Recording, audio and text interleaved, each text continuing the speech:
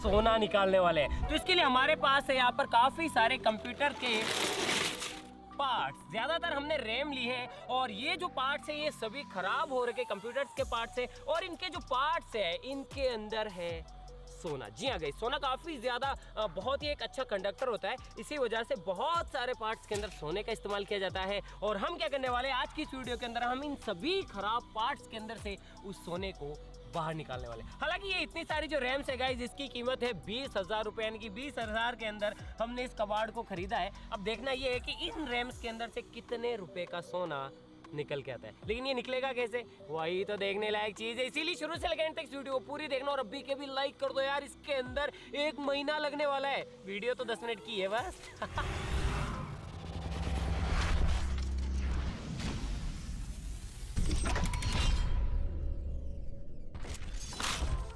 Step first, सबसे पहले हम एक ऐसा सॉल्यूशन बनाएंगे जिससे कि ये जो रैम्स की प्लास्टिक है इसके ऊपर जो गोल्ड है वो अलग हो जाए, यानी कि प्लास्टिक अलग हो जाए और गोल्ड अलग हो जाए। इसके लिए हम 2 चीज़ों का इस्तेमाल करेंगे, हाइड्रोक्लोरिक एसिड और 3% H2O2। हम इन दोनों का सॉल्यूशन बनाएंगे और इनकी जो क्वांटिटी है वो रहेगी 1/3, यानी कि अगर एक पार्ट इसका है तो 3 पार्ट HCl के होंगे। तो 100 मिलीलीटर ये अंदर हाइड्रोजन पेरोक्साइड ले लेता हूँ 3%।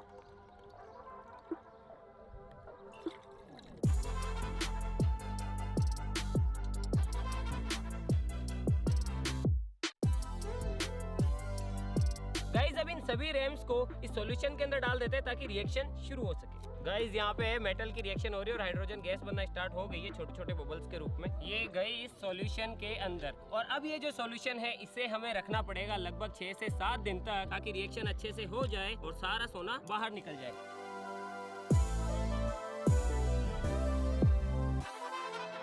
गाइस यार आज है 7 से 8वां दिन। पहले जो हमारे कंप्यूटर पार्ट्स थे वो कुछ इस तरीके से थे, ये रहा सोना और ये रहा हमारा सोना जिसे कि हम इन पार्ट से निकालने वाले हैं। आप देख सकते हैं कि जितना भी सोना इन कंप्यूटर पार्ट्स के ऊपर था अब वो हमारे सॉल्यूशन के अंदर सोल्यूबल हो गया, यानी कि इन प्लेट से उतर के इसके अंदर मिक्स हो गया। ये देखो पहले कुछ इस तरीके का था, अब ये यहाँ से हट के पूरा ही सॉल्यूशन के अंदर मिक्स हो गया। आप देख सकते हैं कि इसका जो पेंदा है, ये देखो पेंदे के ऊपर जितने भी मेटल्स थे सोने के साथ साथ वो सारे जमा हो गए हैं। अब क्या करते हैं, ये जितने भी कंप्यूटर पार्ट्स हैं इनको बाहर निकालते हैं, सॉल्यूशन को अलग करते हैं।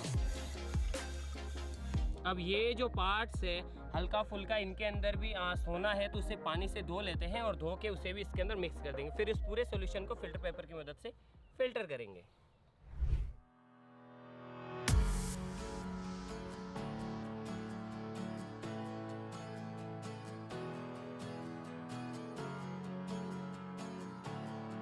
गाइस आप देख सकते हैं कि इनके ऊपर जितना भी सोना था वो सारा निकल चुका है। देखो अभी इसके ऊपर कोई भी सोने की कोटिंग नहीं है और वो आ चुका है हमारे सॉल्यूशन के अंदर। ये देखो ध्यान से देखना,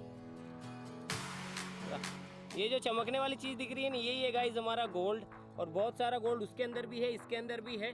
अब इन सारी चीज़ों को फिल्टर पेपर की मदद से फिल्टर करते हैं, उसके बाद में बनाएंगे एक्वा रेजिया। गाइस ये हमारा सिंपल सा फिल्ट्रेशन सिस्टम, तो इसके अंदर जो है इसे फिल्टर करते हैं तो जितना भी पानी है वो नीचे निकल जाएगा, जितना भी हमारा सोना है वो इसके अंदर इकट्ठा हो जाएगा।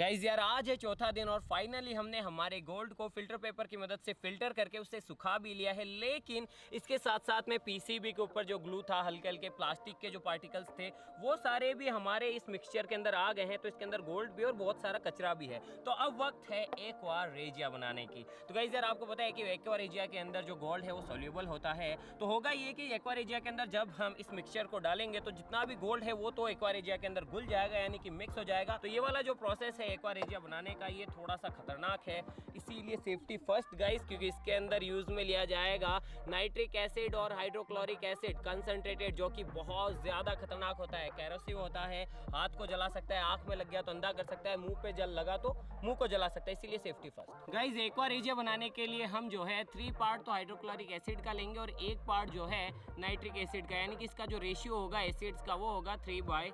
1 यानी कि 150 मिलीलीटर अगर हम हाइड्रोक्लोरिक एसिड लेंगे तो 50 मिलीलीटर हम नाइट्रिक एसिड लेंगे। Please do not try this at your home, school और एनीवेयर, ये बहुत ज़्यादा खतरनाक है।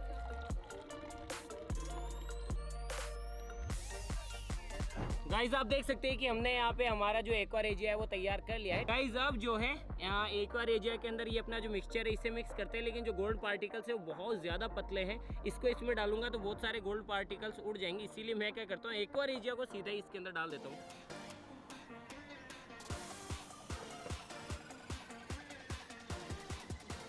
गाइज इसको थोड़ा सा हिलाते हैं ताकि जो भी गोल्ड है वो एक्वारेजिया के अंदर मिक्स होना स्टार्ट हो जाए। ये ठीक वैसा ही है जैसा कि पानी के अंदर अपन शक्कर डालते हैं और वो मिक्स हो जाती है ना, उसी तरीके से ये जो गोल्ड है वो एक्वारेजिया के अंदर डिजोल्व हो जाएगा।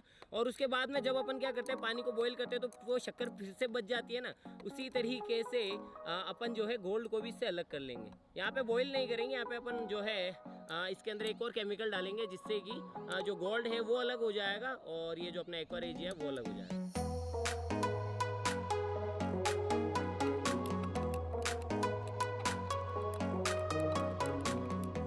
आई थिंक हमारा गोल्ड एक्वारेजिया के अंदर पूरी तरीके से डिसॉल्व हो गया होगा। अब टाइम है इसके फिल्ट्रेशन की, तो इसके लिए हम फिल्टर पेपर का और ये चीनी का कीमा है। ऐसा ना हो कि आप समझे प्लास्टिक है भैया, प्लास्टिक तो पिघला जाएगी एसिड के सामने, इसीलिए चीनी का बर्तन है और इसकी मदद से हमने जुगाड़ बनाया है। और अब इसको करते हैं फिल्टर।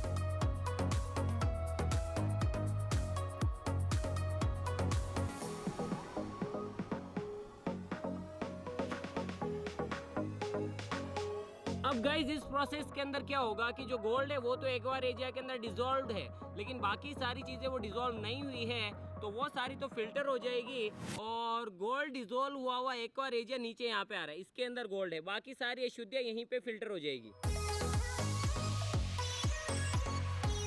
गाइस यार अब हमारा जो सॉल्यूशन है वो फिल्टर हो चुका है। आप देख सकते हैं कि ऊपर जो है काफ़ी सारी अशुद्धियाँ इस फिल्टर पेपर के अंदर ही रह गई है और नीचे हमें मिल गया है सोने का तेजाब। अब इसके अंदर एक और केमिकल डालते हैं, उस केमिकल का नाम है सोडियम मेटाबाइसल्फाइड। लेकिन उससे पहले इस सॉल्यूशन को थोड़ा सा डाइल्यूट कर लेते हैं।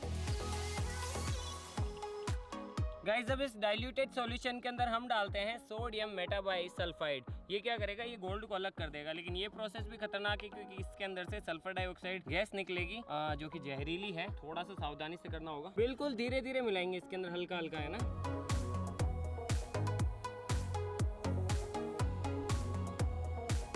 गाइस आप देख सकते हैं कि जो गोल्ड के पार्टिकल्स हैं वो धीरे धीरे नीचे की तरफ पेंदे में जमा होना स्टार्ट हो गए हैं। थोड़ा थोड़ा सा और डालते हैं। ये देखो गाइस, ये जो ब्लैक कलर की चीज़ें हैं ना, हल्का हल्का सा ब्लैक जैसा जो दिख रहा है आपको, यही है गोल्ड। ये देखो गाइस, और डालते हैं धीरे धीरे, थोड़ा पेशेंस से करेंगे।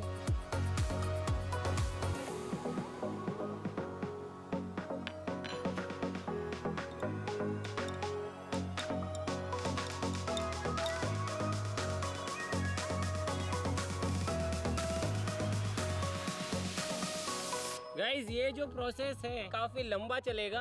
इसमें होगा क्या कि इस गोल्ड के जितने पार्टिकल है वो सारे जो है एक्वारेजिया से अलग हो जाएंगे। उसके बाद में हम इस सॉल्यूशन को फिल्टर कर लेंगे और गोल्ड के पार्टिकल अलग निकाल लेंगे। ये बड़ा लंबा प्रोसेस है क्योंकि जब तक ये पूरी तरीके से रिएक्शन बंद नहीं हो जाती तब तक हम इसे इसके साथ में रिएक्ट कराते रहेंगे।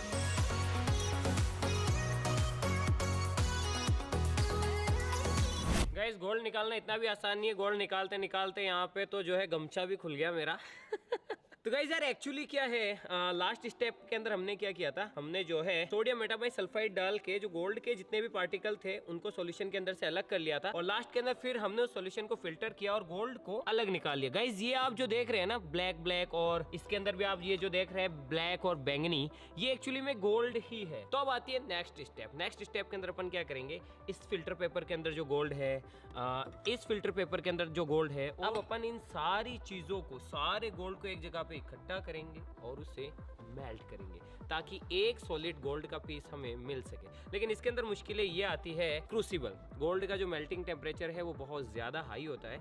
तो जो नॉर्मल क्रूसिबल होते हैं जिसके अंदर अपन चीज़ों को मेल्ट करते हैं वो यहाँ पे काम नहीं करते हैं। हमने इस वाले क्रूसिबल के अंदर मेल्ट करने की कोशिश की बोरेक्स के साथ में, लेकिन आप देख सकते हैं कि ये टूट गया है। ये देखो ये टूट गया है। ये जो आप दो डॉट देख रहे हैं ना, एक ये रहा और एक ये रहा, एक्चुअली में यही है हमारा गोल्ड। तो अब इससे तो काम नहीं हो रहा था। 1 महीना वेट किया, उसके बाद में हमें जो है ये वाला क्रूसिबल मिला है। तो मे भी इसके अंदर हम जो है हमारी इन सारी चीजों को मेल्ट कर सकते हैं और ये नहीं टूटेगा। अब मेल्ट करने का प्रोसेस भी काफी ध्यान रखने लायक है, क्योंकि सबसे पहले अपन क्या करेंगे, सबसे पहले हम इस क्रूसिबल को बहुत ज्यादा गर्म करेंगे। उसके बाद में अपन लेंगे बोरेक्स और इसके ऊपर हल्की हल्की सी बोरेक्स डालेंगे, जिससे क्या होगा, इस क्रूसिबल के ऊपर बोरेक्स की एक लेयर बन जाएगी। उससे क्या होगा, जो हमारा गोल्ड है वो हमारे क्रूसिबल से भी नहीं चिपकेगा, साथ ही साथ जो गोल्ड है वो ये जो एटमॉस्फेयर के अंदर ऑक्सीजन है उससे भी क्रिया नहीं करेगा, यानी गोल्ड का ऑक्सीडेशन नहीं होगा।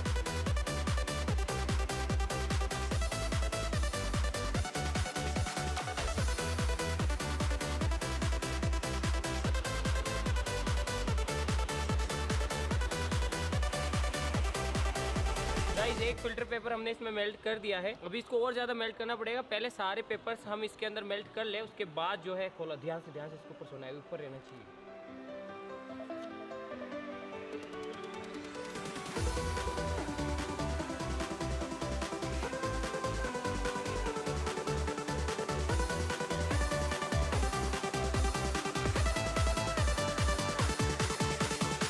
गाइस यार, अब जो है जितना भी गोल्ड है वो सारा इसके अंदर आ चुका है। ये देखो, ये जो पिघल रहा है ना, ये गोल्ड है अपना।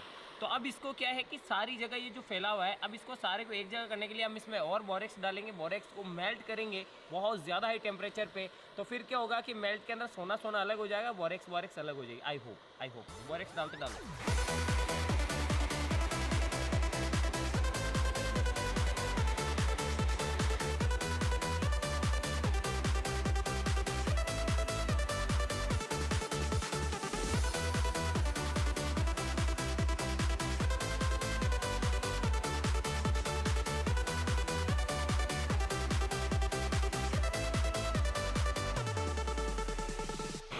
गाइस यार, सोने की बॉल तो बन गई। अब सबसे बड़ा चैलेंज है इसको बाहर निकालना। पानी के अंदर जाते ही मैं भी रुक जा। हाँ, रुक जा, उठा ध्यान से, धीरे धीरे धीरे धीरे धीरे धीरे धीरे धीरे धीरे धीरे।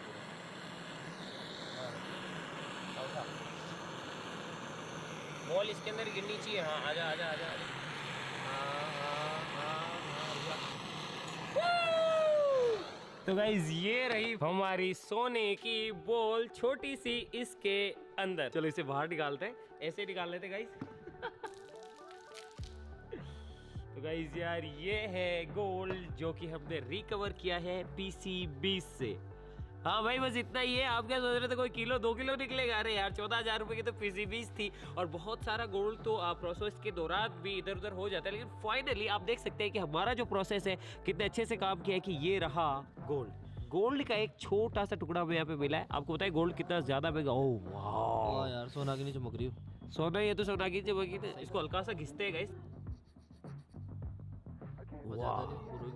हाँ, नहीं वाह यार। तो गाइस यार, आप देख सकते हैं इसकी चमक।